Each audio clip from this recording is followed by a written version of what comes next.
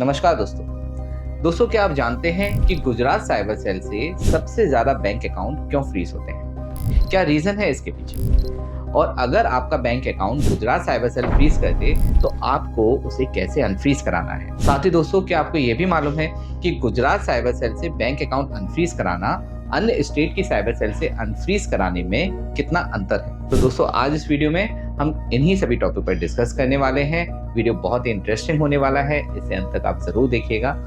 मैं हूं एडवोकेट आयुष गर्ग और आप देख रहे हैं अपना YouTube channel online legal centre. Bank account freeze या साइबर क्राइम से रिलेटेड और इन्फॉर्मेटिव वीडियोस देखने के लिए आप हमारी प्लेलिस्ट पर भी विजिट कर सकते हैं। और एक जरूरी सूचना और दोस्तों, अगर गुजरात साइबर सेल से आपका बैंक अकाउंट फ्रीज हुआ है तो अब आपको उसको अनफ्रीज कराने के लिए बिल्कुल भी परेशान होने की जरूरत नहीं है। अब आप ऑनलाइन लीगल सेंटर के माध्यम से अपना बैंक अकाउंट बिना कोई एडवांस फी पे करे अनफ्रीज करा सकते हैं। बैंक अकाउंट अनफ्रीज होने के बाद आप हमारी सारी लीगल फीस और एक्सपेंसेस दे सकते हैं। दरअसल दोस्तों, गुजरात साइबर सेल से बड़ी संख्या में आजकल बैंक अकाउंट फ्रीज हो रहे हैं। ऐसे में संभावना है कि आपके साथ भी कोई फ्रॉड हो जाए, कोई आपसे अकाउंट अनफ्रीज कराने के नाम पर एडवांस फी ले ले और फिर आपके बैंक अकाउंट को अनफ्रीज ही ना करे। ऐसे में आपका समय भी बर्बाद होता है, पैसा भी जाता है और आपके लिए एक लीगल इशू भी बन जाता है, क्योंकि आप अपने अकाउंट को अनफ्रीज ही नहीं करा रहे हैं और वो इतने लंबे समय से अभी तक फ्रीज बना हुआ है। आपकी इसी परेशानी को देखते हुए हमने ऑनलाइन लीगल सेंटर के माध्यम से ये प्रयास किया है कि ऐसी मुश्किल घड़ी में भी हम आपका साथ दे सकें। इसके लिए हम आपके बैंक अकाउंट को अनफ्रीज कराते हैं और वो भी बिना कोई एडवांस फी लिए। अधिक जानकारी के लिए आप हमारी हेल्पलाइन नंबर पर भी कॉल कर सकते हैं। अब दोस्तों, बिना देर करे टॉपिक को शुरू करते हैं। दरअसल दोस्तों, गुजरात साइबर सेल से बैंक अकाउंट सबसे ज्यादा फ्रीज होने का रीजन ये है कि गुजरात साइबर सेल बहुत ज्यादा एक्टिव है। वहाँ 1930 बहुत ही ज्यादा रेस्पॉन्सिव है। आप जब भी कॉल करेंगे 1930 पे आपकी कंप्लेंट अच्छी तरीके से सुनी जाती है और फाइल की जाती है। गुजरात साइबर सेल के इस एक्टिवनेस की वजह से कंप्लेंट फाइल होने का रेशियो वहाँ बहुत ज्यादा है। तो इसी वजह से साइबर कंप्लेंट्स भी वहाँ सबसे ज्यादा फाइल होती हैं और बैंक अकाउंट भी बहुत ज्यादा फ्रीज हो जाते हैं। अब किसी चीज के अच्छे पक्ष भी है तो बुरे पक्ष भी होते हैं कि कंप्लेनेंट की कंप्लेंट फाइल हो जाती है, उसके संग तो न्याय हो जाता है, लेकिन बहुत सारे लोग ऐसे होते हैं जिनका कोई रोल ही नहीं होता उस क्राइम में, लेकिन किसी भी कारण से वो फंड, साइबर क्राइम का फंड हम उनके अकाउंट में आने की वजह से उनका अकाउंट फ्रीज हो जाता है और उन्हें बड़ी समस्या का सामना करना पड़ता है। अब ऐसे में दोस्तों, जब हम किसी ऐसी मुसीबत में फंस जाते हैं तो हमें एक्सपर्ट सॉल्यूशन की जरूरत होती है। अब इसके लिए आपको परेशान होने की कोई जरूरत नहीं है, कहीं जाने की जरूरत नहीं है। मैं आपको सॉल्यूशन देता हूं। मैं इस वीडियो के माध्यम से आपको ये सब कुछ बताऊंगा। दोस्तों, बैंक अकाउंट फ्रीज होने पर सबसे पहले आपको करना क्या होता है, आपको बैंक से कांटेक्ट करना होता है और उनसे वो सारी जरूरी डॉक्यूमेंट्स और डिटेल्स लेने होते हैं जिनके माध्यम से आप अपना अकाउंट अनफ्रीज करा सकते हैं। ये जरूरी डॉक्यूमेंट और डिटेल्स होते हैं, सबसे पहले तो आपका बैंक स्टेटमेंट मिनिमम 3 महीने से 6 महीने का चाहिए होता है।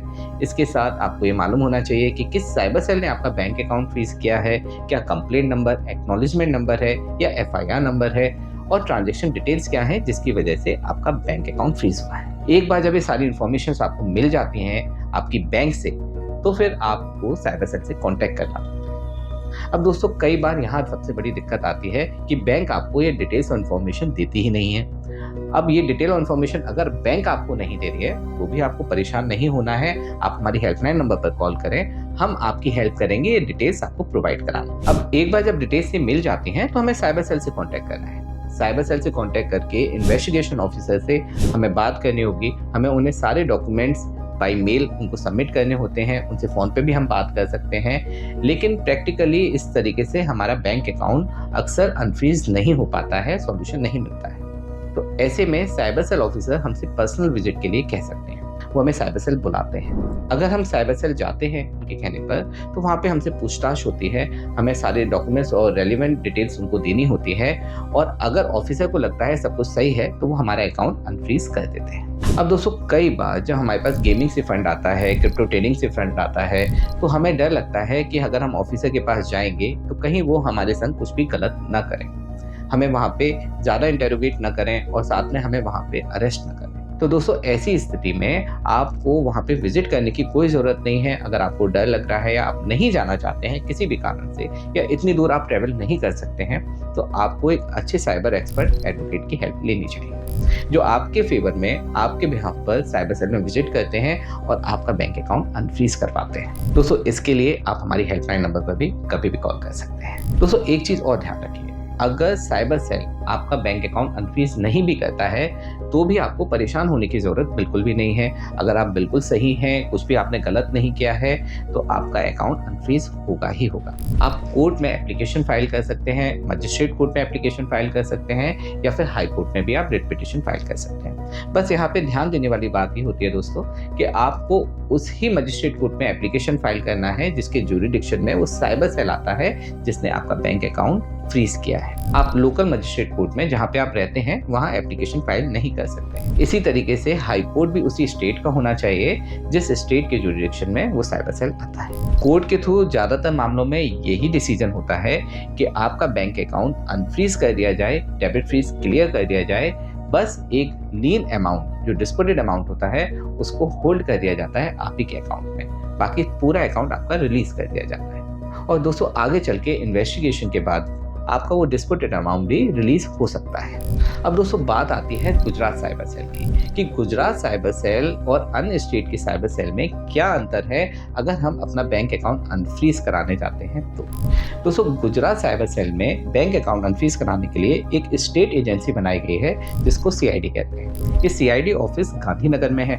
अगर दोस्तों हमें अपना बैंक अकाउंट अनफ्रीज कराना है बिना कोई डिस्प्यूटेड अमाउंट पे करे तो हमें CID ऑफिस से ही NOC लेनी होती है। अगर हमें अपना बैंक अकाउंट डिस्प्यूटेड अमाउंट पे करके अनफ्रीज कराना है तो हमें सबसे पहले पुलिस स्टेशन से NOC लेनी होगी, उसके बाद हमें CID ऑफिस से NOC लेनी होगी। तो दोस्तों ध्यान रखिए, अगर आपको सिर्फ डिस्प्यूटेड अमाउंट होल्ड कराना है और डेबिट फ्रीज क्लियर कराना है तो आपको CID ऑफिस से ही संपर्क करना है, और अगर आपको डिस्प्यूटेड अमाउंट पे करके डेबिट फ्रीज क्लियर कराना है तो आपको संबंधित साइबर सेल से, उसके बाद CID ऑफिस से संपर्क करना होता है।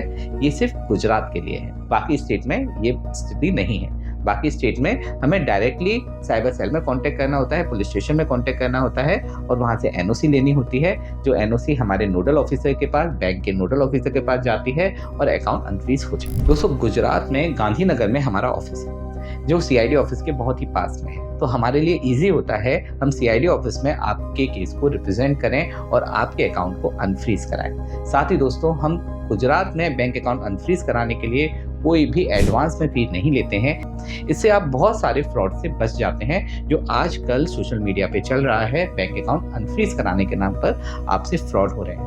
दोस्तों बैंक अकाउंट फ्रीज से रिलेटेड या फिर साइबर क्राइम से रिलेटेड किसी भी हेल्प के लिए आप कभी भी हमारी हेल्पलाइन नंबर पर कॉल कर सकते हैं, हम आपकी पूरी हेल्प करेंगे। दोस्तों अगर वीडियो आपको अच्छा लगा हो तो इसे लाइक शेयर कमेंट जरूर कीजिएगा। चैनल को सब्सक्राइब नहीं किया है तो इसे सब्सक्राइब भी जरूर कर दीजिए, जिससे आपको हमारे लेटेस्ट इन्फॉर्मेटिव वीडियोस के नोटिफिकेशंस मिलते रहेंगे और आप भी लीगली अपडेटेड रहेंगे। अंत में सतर्क रहें, अपने अधिकारों के लिए जागरूक रहें और ऑनलाइन लीगल सेक्टर से जुड़े रहें। मिलते हैं अगले वीडियो में। जय हिंद।